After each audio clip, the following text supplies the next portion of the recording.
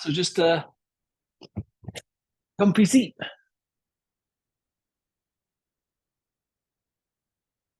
we go.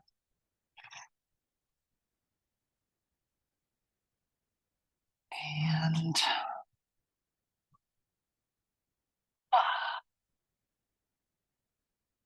just relaxing into a breath that feels gentle this evening.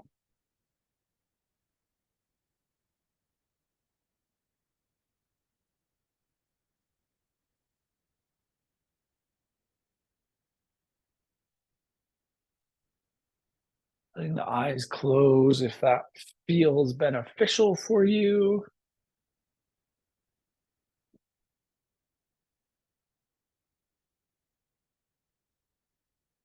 Really feeling into both sides of the breath, the inhale and the exhale side. And at the same time, as you're experiencing both of those sides, really thinking about those subtle shifts, tweaks, and adjustments that can be made to make the fluidity of the breath more integrated and the posture of the shape more easy. Let's give ourselves about 30 more seconds here.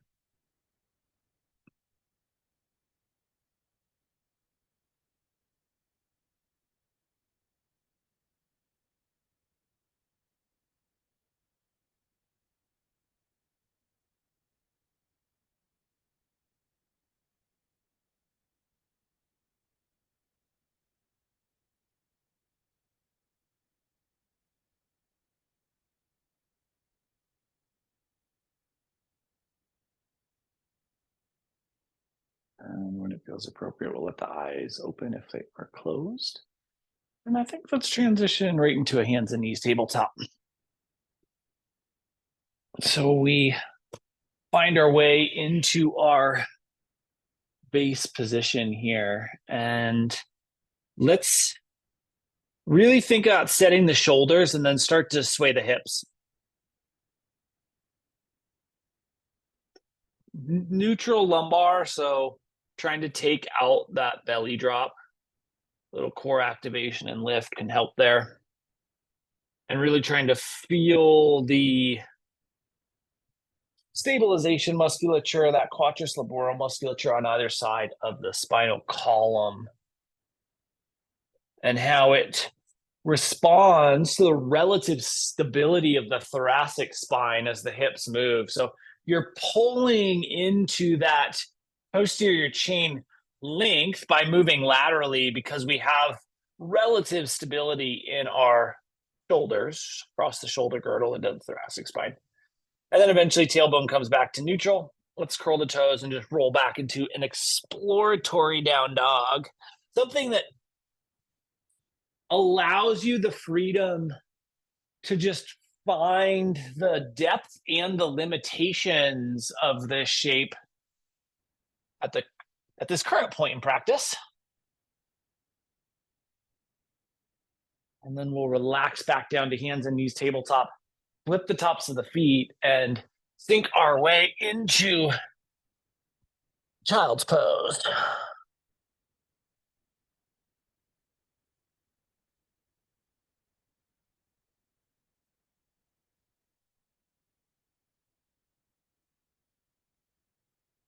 We were in class yesterday. We're looking to kind of accentuate that depth we created around the distal head of the femur, proximal head of the tibia and fibia, and that knee joint, really allowing the glute weight to settle down into that space. And then fingertips grip into the mat in front of us. We'll pull ourselves forward to hands and knees tabletop once again, curl our toes and roll our way back into down dog. So you come back this time push into those index finger mounds so that you really feel this medial line of arm musculature activate. And then let's walk our way forward into fold. And we'll inhale into half lift, get that big flat extension. And then exhale all the way back into the fold. So you settle into that fold, the head becomes the anchor, and we really allow the spine to just lengthen, that intercostal space, continually expanding with each breath. On the inhale into the pull into expansion, and then the exhale just sinking into that length, eventually drifting our awareness to our sacrum, and we'll roll ourselves up vertebrae by vertebrae. Coming up and into mountain. And as we get into mountain, bringing the hands to the hips and keeping the hands on the hips as we slide the left foot straight back into lunge. So 4 fingers on the front of the hips allows for some pretty good feedback as to if the pelvic bowl is tilting or not. At the same time, we're still using the kind of lumbar compression sensation as that feedback on if we're going into an arched shape or not. So thinking about that. And then just keep pushing back into that left heel. Like you're trying to get as much weight as possible into the left foot, hoping to bring a little bit more activation into that anterior of the left hip. And then we can lift the hands to heart center and use that momentum to step back to the front of the mat. And then we'll drop the hands to the hips. Once again, 4 fingers on the front. Slide that right foot back for our lunge side 2. Again, just looking to use the fingers as feedback. They kind of wrap around the ilium here. And then pushing that weight back into the right heel. The right knee is strong, right? So we have no bend in that leg. And then we can, when we feel balanced left to right, bring the hands back and return to the front of the mat. Sweep the arms up and overhead. And let's gaze up towards the fingertips here and really think about getting that chin to the point where it's extending straight up from the sternum, and then squeeze the abdominals down, like towards your belt line. Like you're trying to pull the core down as the fingertips reach up. Hold that energy as you exhale and fold. A little bit of a different core energy. It's like a core retraction, but it helps get some length into the fold. And then let's plant our hands and we'll walk our way back into down dog, walking all the way back into that full length, driving once again into the index finger mound energy and trying to activate that medial line of arm musculature. And then keep that medial line energy as you slowly lower yourself down, hands and knees, tabletop, sorry. And then flip the tops of the feet and sink back into child's pose. Really crafting the depth of child's pose here. Remembering that you can engage into the hands and use hand pressure to like manually drive length into the shape. You can also activate core musculature and craft some elongation there as well.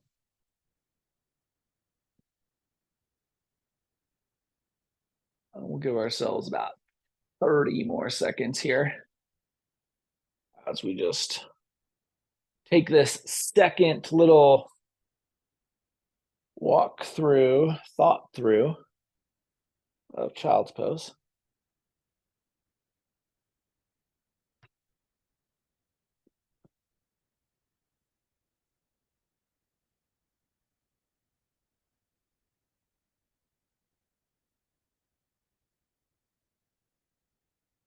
And when it feels appropriate for you, we'll pull ourselves forward to hands and knees, tabletop.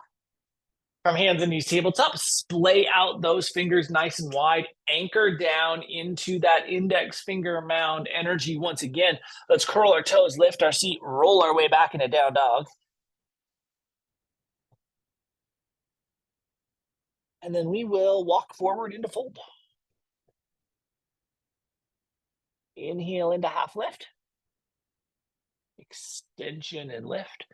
Exhale back into fold. Left foot slides back into lunge. Left heel grounds. Left hand's going to lift us up in a warrior two. Vertical line engagement. Think about the shoulder girdle and the hip girdle mirroring one another. And good neutral posterior anterior activation. Let's turn the palms up. And then think about squeezing the shoulders in. Like scapula towards one another without bowing at all, just scapula in. And then let's take the arms up like a field goal. I don't know. It's kind of half cactusy.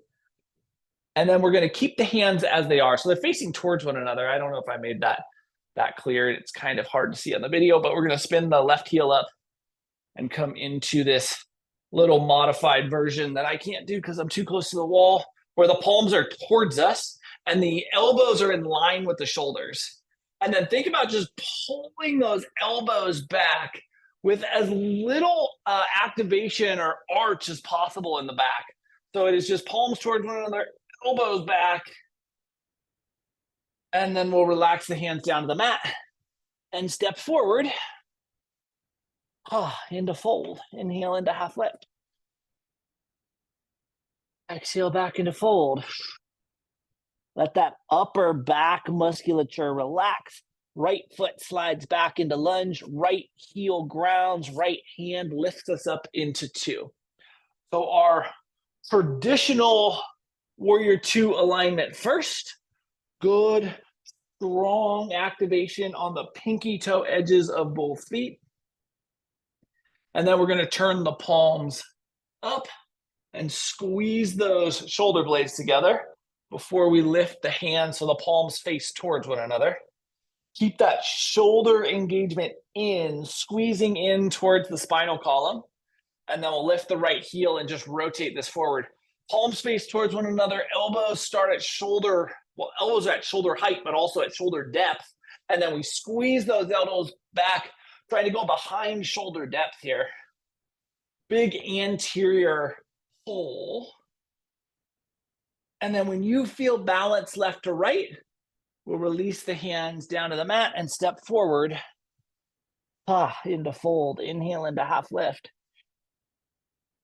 Exhale back into fold.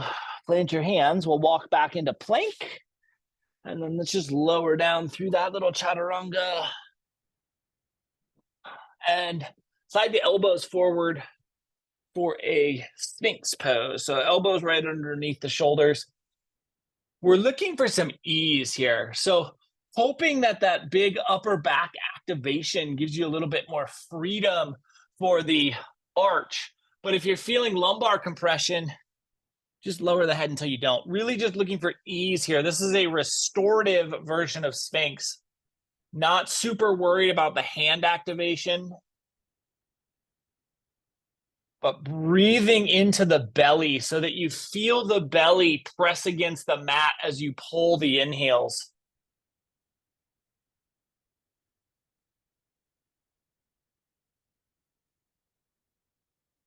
And we'll just give ourselves 15 more seconds here.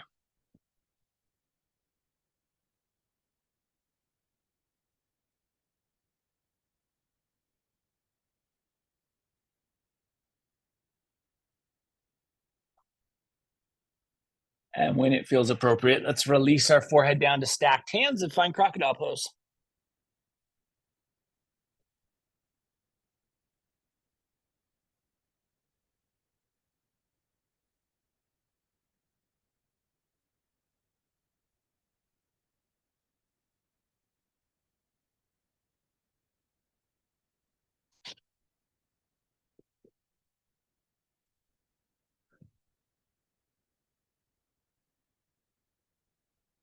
And we're just at ease here.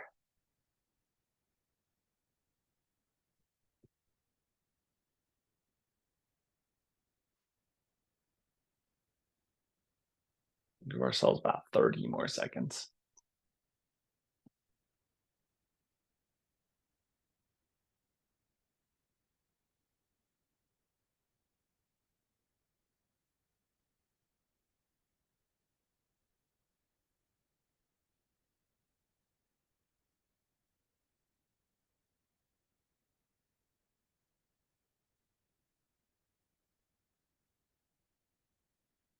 And then when you feel appropriate, fingertips grip into the mat or slide back underneath the shoulders. We'll press ourselves up to hands and knees tabletop. From hands and knees tabletop, curling the toes, lifting the seat, and rolling and extending back into down dog once again. Just take all of that depth that's available to us. Sway the hips a little bit here. Really think about using the lateral movement to drive the tailbone further and further into the shape. So more and more spinal column length as you sway left to right. And then we will walk forward and find our way into fold. Inhaling into half lift. And exhaling back into fold. And then drift your awareness to your sacrum, and we will either roll or sweep your way up into mountain. Finding that really strong connection in mountain, like you are as anchored and as stable as you can possibly be. And then let's lift our left leg for a little half Karate Kid. So we get that hip activation. And we have been very anterior focused here. We're going to shift that a little bit to the lateral edge as we extend our left foot out in front of us. So the hip flexor has to activate to make that happen. And then sweeping this leg as straight as possible back into lunge. And as you land in lunge, now we transverse as we sweep up into crescent. All of that lateral hip energy kind of wraps right around in that hip crease. Drive back into the heel and really think about activating this sheath of musculature on the front of the left hip. And then float the hands down to the mat. And we're going to slide back into the right hamstring. So starting to straighten into that right leg. At the same time, feel the left heel and the left calf activation that we're able to access. And really think about balancing the weight distribution front and back foot. And then we'll bend that right knee and slide the left foot forward into fold. Inhale into half lift. Exhale back into fold. Likely some pretty good asymmetry here as you settle in. Awareness drifts to the sacrum. We'll roll or sweep our way up into mountain. Once again, anchoring and settling here, really establishing that foundation. And then right knee up into half Karate Kid. It brings the hip flexor into play. And then we'll extend that right foot out in front of us. Good, strong lift. The right leg's going to stay as straight as possible as we sweep it back. It's almost like a Warrior 3 transition. And then we land, and that we just feel that hip flexor wrap around and sweep up into crescent so you can capture that whole anterior sheath, drive back into that right heel, and really feel that right leg energy as you sweep the hands down to the mat. Then we'll straighten into the left leg, or towards straight, right? The idea of straightening is not necessarily straightened. And we want to still maintain that right heel pressure so that we can feel the right calf activate, even as the left hamstring may be the primary sensory point. It's also possible that the right calf is the primary sensory point. It just kind of depends on where the restriction is. And then we'll bend that left knee and step forward. Inhale into half lift. Exhale back into fold. Really settle across that anterior belt. Yes, nice, Lisa. Finding that space. Really thinking about the space you've made yours. And then let's drift our awareness to our sacrum, and we'll roll or sweep our way up into mountain once again.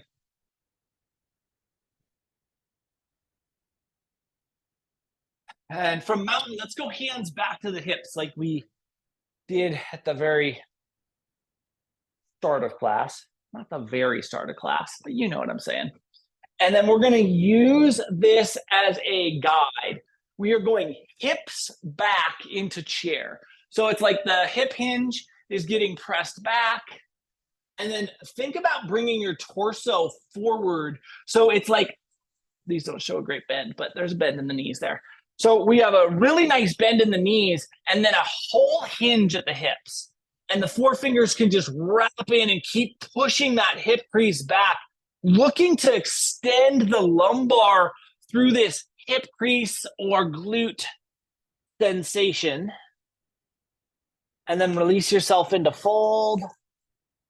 Plant the hands and we'll walk back into down dog. Down into hands and knees tabletop. Flip the tops of the feet and sink back into child's pose. We want the hips, the hip crease to relax. We want the lumbar to respond to the prop, right? The prop is our thighs here. And we want to recenter our respiration rate. Finding the respiration rate, finding its way back towards whatever that homeostasis of respiration was before we started class.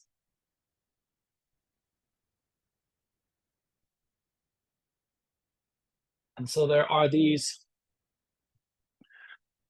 twin cities.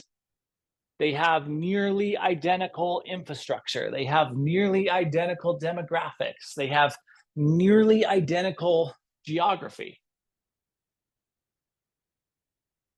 And they share a border. They are right next to each other. There's one road that divides them. Just about every single thing about these cities is a mirror image of one another. Except for their leadership. Give ourselves 30 more seconds here. Just last 30 seconds, maybe intense focus, awareness on that respiration rate, on our heart rate.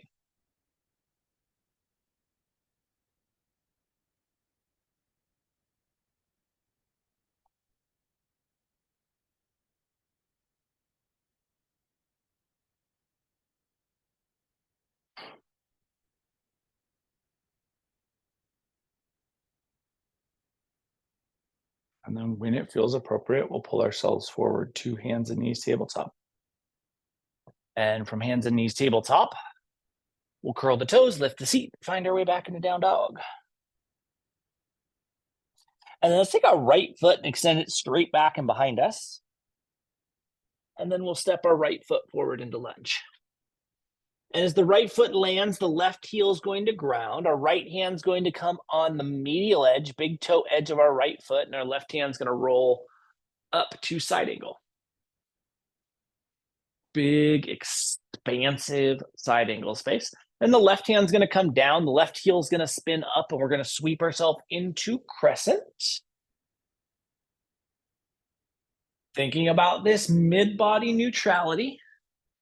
And then floating the hands back down to the mat. The left heel is going to ground. The right hand is going to come to the medial edge, big toe edge of the right foot. And we'll slide back into the right hamstring for a little triangle. We really think about crafting the shoulder space. Don't worry about where that right hand is, right? So if it comes up the leg, wonderful. Think about being able to breathe into the shoulder space. And then left hand comes down, left heel spins up, right knee bends, sweep yourself up into one more version of crescent. This can be a little bit unstable, right? That right hamstring may have some fatigue to it. Put the hands down to the mat, step the right foot back into down dog, and sway the hips a little.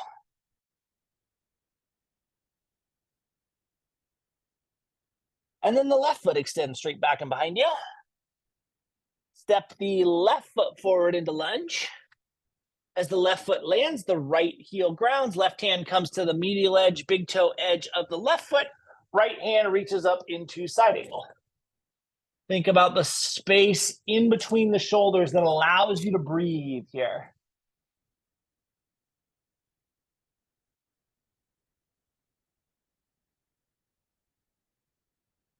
And then right hand comes down, right heel spins up, sweep yourself up into crescent. That big lift, that big neutrality, that big elevation here.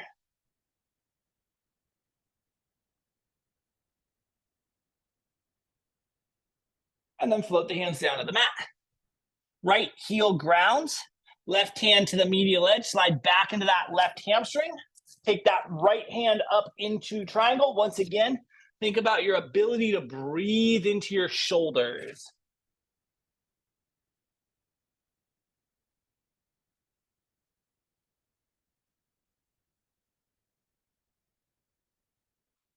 Right hand comes down, right heel comes up, left knee bends. Sweep yourself up into this crescent. Once again, neutral mid-body, big torso elevation. Breathe into the lungs. Float the hands down to the mat. Step the left foot back into down dog. Drive your way back into that posterior chain length. Use all of that space and elevate the hips as high as you can get them. Beautiful. Nice skip. Let's shift our weight forward to plank. And we'll slowly, gently, delicately lower our way down to our belly. This time, we are going to keep the hands right where they are. Splay the fingers out wide. Push into your pinky finger prints and pinky finger mounds, like 20% more than any of the other fingers. So there's a real external lateral edge, right? That big, deep lateral edge energy in the hands. And then flex into the quads so the kneecaps lift. And then squeeze into the glutes. And this is a pretty significant glute squeeze. So maybe 80%-ish. And then lift the tops of the feet. And this is a lift that feels appropriate for the lumbar. I'm not going to give a height, but we do not want compression in the low back. So the lift here is kind of glute dependent, and it is neutral trunk dependent. And we're just going to hold this and breathe for 10 more seconds.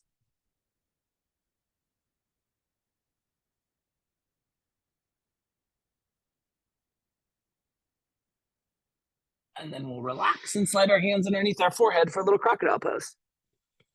And we just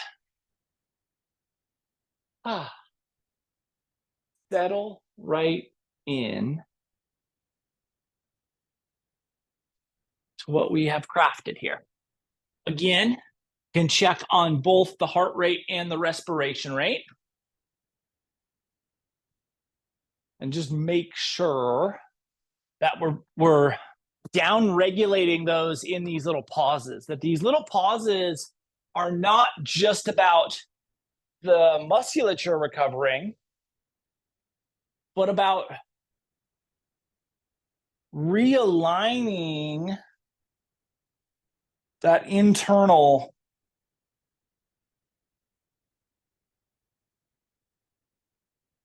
physiology. All the things keeping us alive, right?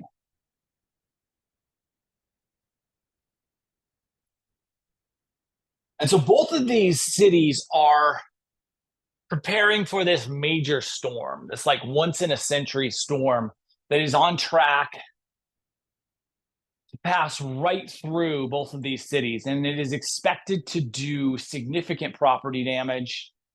There is a high possibility of loss of life.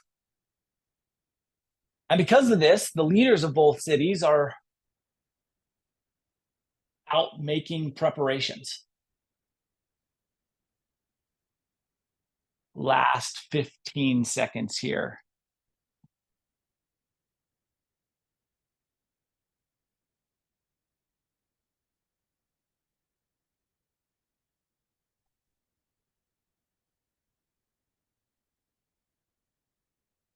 And when it feels appropriate, slide our hands back underneath our shoulders. We'll press ourselves up to hands and knees tabletop.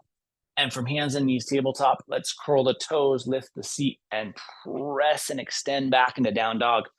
Drive that length and energize the index fingers and the pinky fingers equally here so that we have this medial and lateral edge activation. And then from that, squeeze the glutes together and see if you can push that tailbone just another 1% deeper into this shape. And then let's walk forward into fold. And we'll inhale into half lift. And we'll exhale back into fold. Let the hamstrings receive, let the low back receive, drift your awareness to your sacrum. We'll roll ourselves up vertebrae by vertebrae. So it's a slow unwinding of this space. Bringing our hands together at heart center. Push into the big toes and pinky toes in the similar way we just did with our index fingers and our pinky fingers. Obviously, big toes are not a perfect equivalent here, but we get that nice medial lateral edge activation. And then with that is 2 toes, 4 toes in total, really activating. Let's sink our way back into chair. And so way more energy in front of the toe mounds than we normally think about in chair. Don't let the toes grip, just press straight down and then rise back up and slide your left foot straight back into lunge, sweep yourself up into crescent. Ground the left heel and roll yourself open into warrior 2.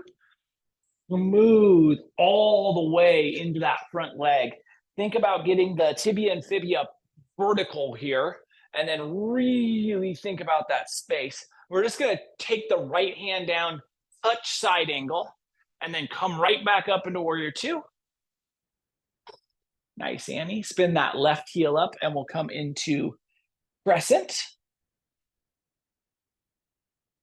And then drop the hands to heart center and return to mountain.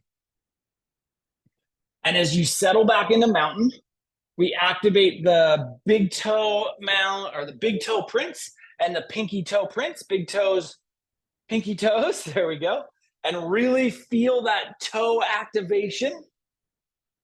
And then sink your way back into chair. Toes pressing down, not gripping. And it almost like forces you to think more deeply about the hip hinge because we're balancing that weight in those toes. And then we'll rise back up. Right foot slides straight back. Right heel grounds. We roll open to 2. Use that big space. Think about the tibia and fibia getting vertical. Then the left hand's just going to come down, touch side angle, and roll right back up. Right heel spins up or back into crescent. Hands drop to heart center as we return to the front of the mat. Sink the seat back towards chair. Take the torso onto the thighs, drop the hands, and then drop the chin to the sternum. Feeling a little bit of a flexion energy in your low back here. And then lift your gaze so that you can look towards the front of your room. And then relax back into the fold. Plant your hands and walk back into down dog. Now, we just went through lumbar expansion, thoracic expansion, and we got that nice little hamstring activation. Drive all the way back into this space and then push across the entirety of both finger mounds. And think about really squeezing those hips back. Yes, beautiful. And let's come down to hands and knees tabletop. Flip the tops of the feet and sink back into child's pose. Feel your body just settle into child's pose. This will be the last version of child's pose. Do the last thing that we do prone, really. So anything that, any little tweaks or adjustments to settle more intently here, to get the sacrum to release here.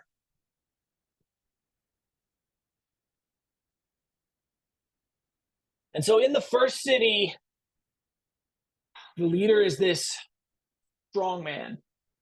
He's very loud and boisterous. And he calls for immediate action, and the citizens respond. They take immediate action and they start boarding up the buildings in town, preparing them, prepping them for this oncoming storm.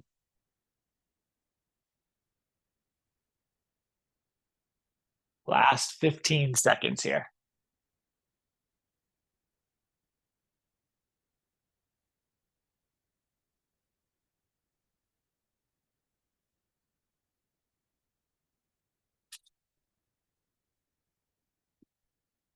And when it feels appropriate, we'll pull ourselves forward to hands and knees tabletop, and then we'll extend our legs out in front of us into staff. And from staff, we'll follow our way forward into fold. And we'll just settle and breathe here.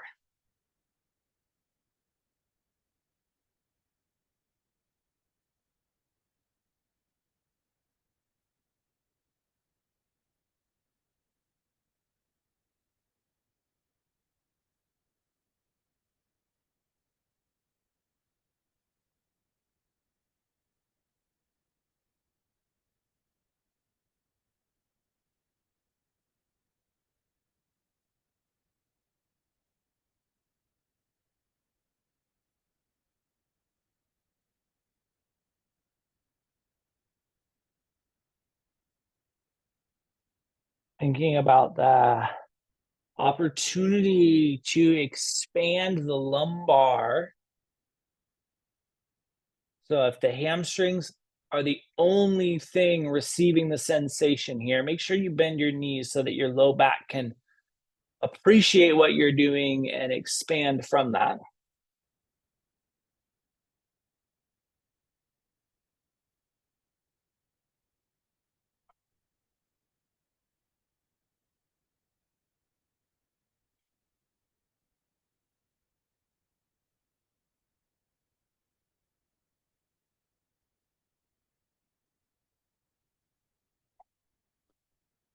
And we'll give ourselves just 60 more seconds here.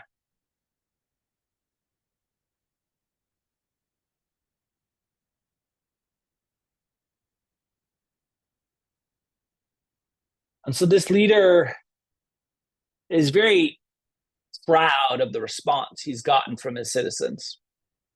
And he goes out and he starts seeing certain citizens aren't moving quite as fast as others. And so he starts calling them out. He starts telling them they're not doing their part, they're not keeping up.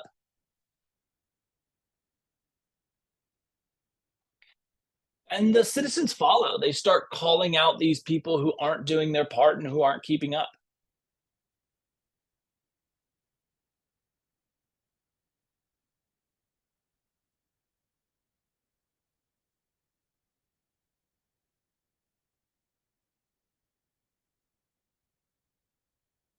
And eventually, we'll walk our spine back to vertical. We're going to bring the bottoms of the feet together. And if it's possible to get the elbows in front of the shins, I really love that. For some of us, the geometry just doesn't work that way, right? So if we can grab the ankles or we can grab the knees, we're just going to take ourselves forward into a little butterfly fold. I like this shape a lot for many reasons. You know, it illuminates some hip restriction for sure, but it also lets us transcend the hamstrings, pulls the hamstrings pretty much out of the shape. So it gives us a little bit better access to our back expansion, especially if you can use either the hands on the legs or the elbows on the legs to pull the head forward, like you're really giving yourself some traction into the spine.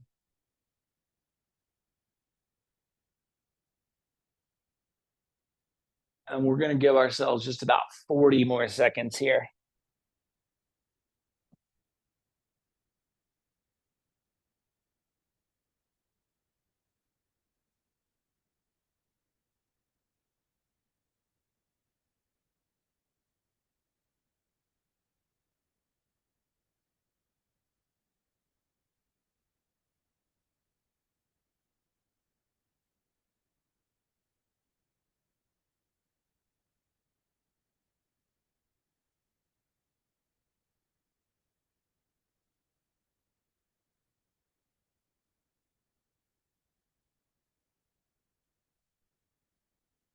And then when it feels appropriate, let's we walk ourselves back up in a vertical, and we're going to lower ourselves onto our spine. And this is a real treat. Right after those two forward fold shapes in a row, we come back and we just land neutral on our mat.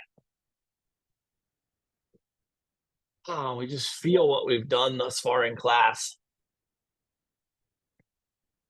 So the citizens of the first city, they start going around in these pickup trucks.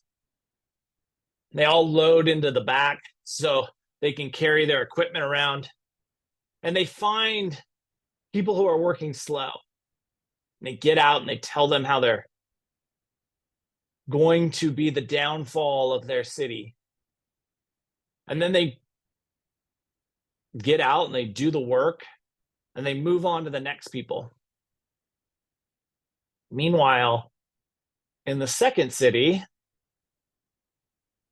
the leadership takes a very different approach. This woman is very soft spoken, she's quiet, contemplative. And she builds a response team. They get in these pickup trucks, they carry all their tools, and they go around and they find people who are working slow. And they help them. And they start identifying pockets of the city with more elderly people. They start researching databases full of people who may have physical limitations. And these response teams go out and they start addressing those areas first. It ends up significantly slowing down the progress of protecting the city. But by the time the storm arrives, let's bring our knees into a bent position so the kneecaps can point towards the ceiling. And then we'll start to sway the knees a little side to side. So by the time the storm arrives in the second city, not everything is protected. Not every building is completely boarded up. But every single individual who is most vulnerable has received the help they needed. In the first city, it's a completely different story. Everything got boarded up before the storm hit.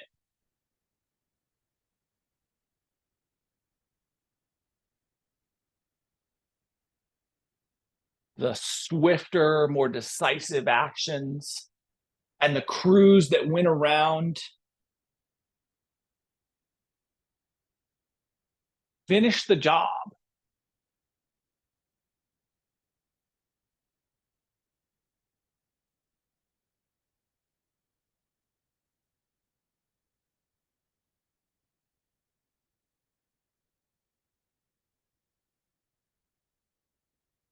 The next time that the knees fall over to that left side, let's let them stay there.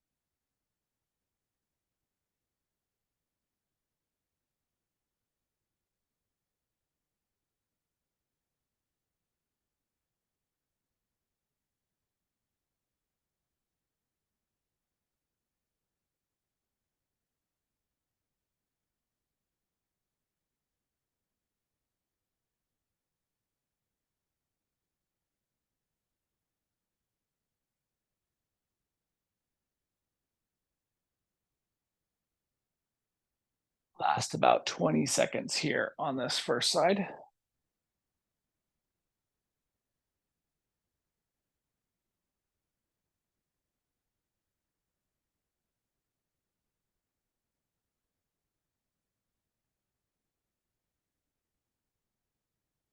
And when it feels appropriate, we'll bring our knees back to neutral.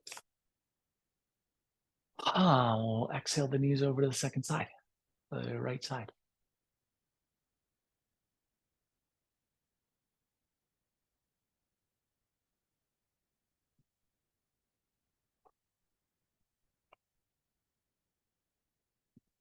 In the second city, things are a little bit different. The storm has absolutely done some damage to some buildings. Some windows have been blown out. Siding has been ripped off. There are a few buildings that were less protected that are damaged more than others.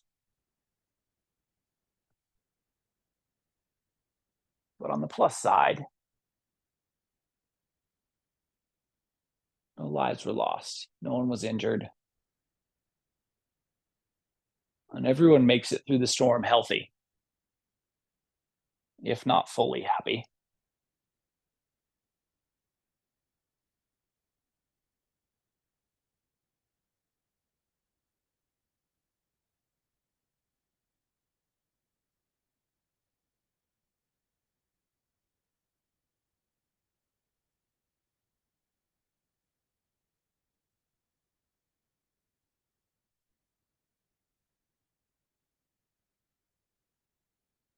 Last about 20 seconds here on this second side.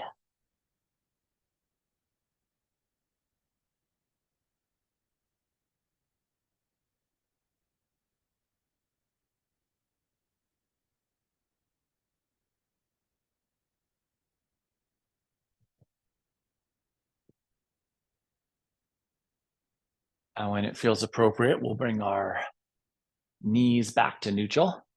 Let the bottoms of the feet come together and the knees fall out wide for one last little medial line opening. Medial line opening.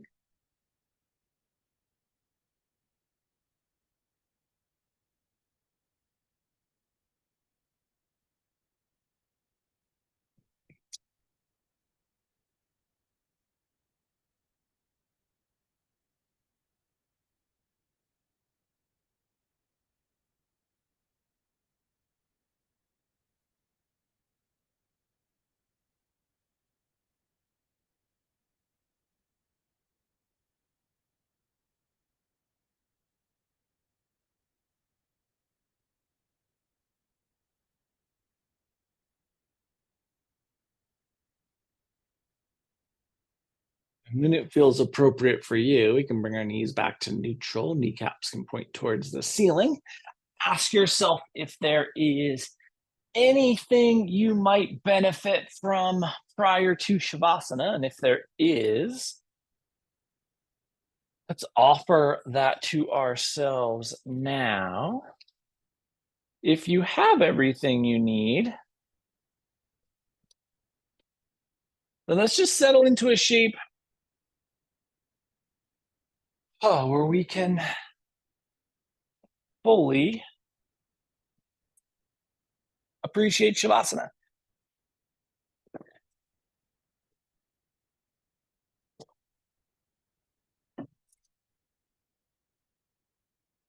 Just getting our body as still and into as much ease as is possible here.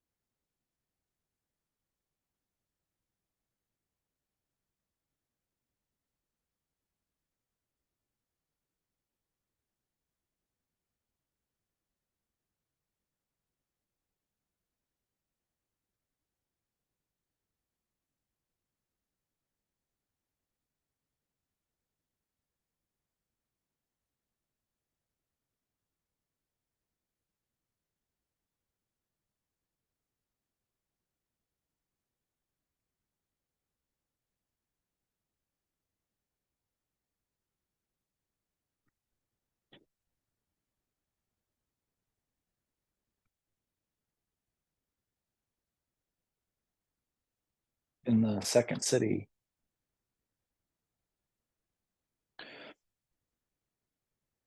the same groups that have gone along around and helped those most vulnerable protect their buildings now went around and helped those most impacted rebuild. And eventually the entirety of the city was restored to just a little bit better than it was before. In the first city, things were a little bit different. The people that went around belittling those who were working slower continued those bullying tactics. And rifts grew between the members of the community. Let's start to bring some movement to our fingers and our toes. And those rifts and divides grew deeper, stronger, and eventually the entirety of the city was destroyed by its own residents, moving into our elbows and our knees.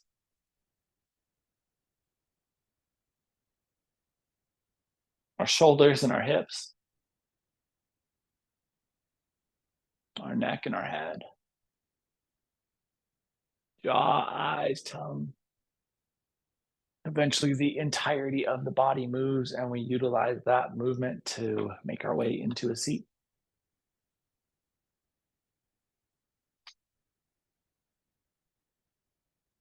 In this seated space, spine gets tall, breath gets fluid, eyes close.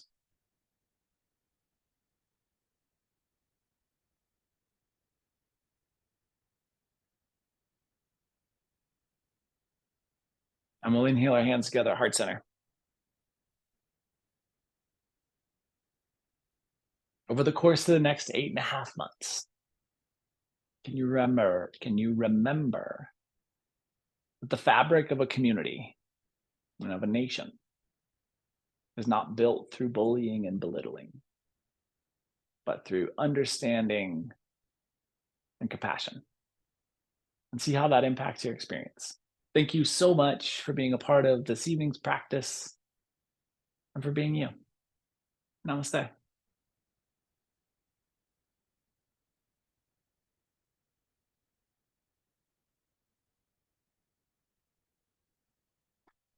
Happy Monday, guys. Appreciate the heck out of you. Love the heck out of you. I'm going to be back next Sunday to recharge. I hope you have a beautiful week, and I'll see you again next Monday. Love you. Mwah.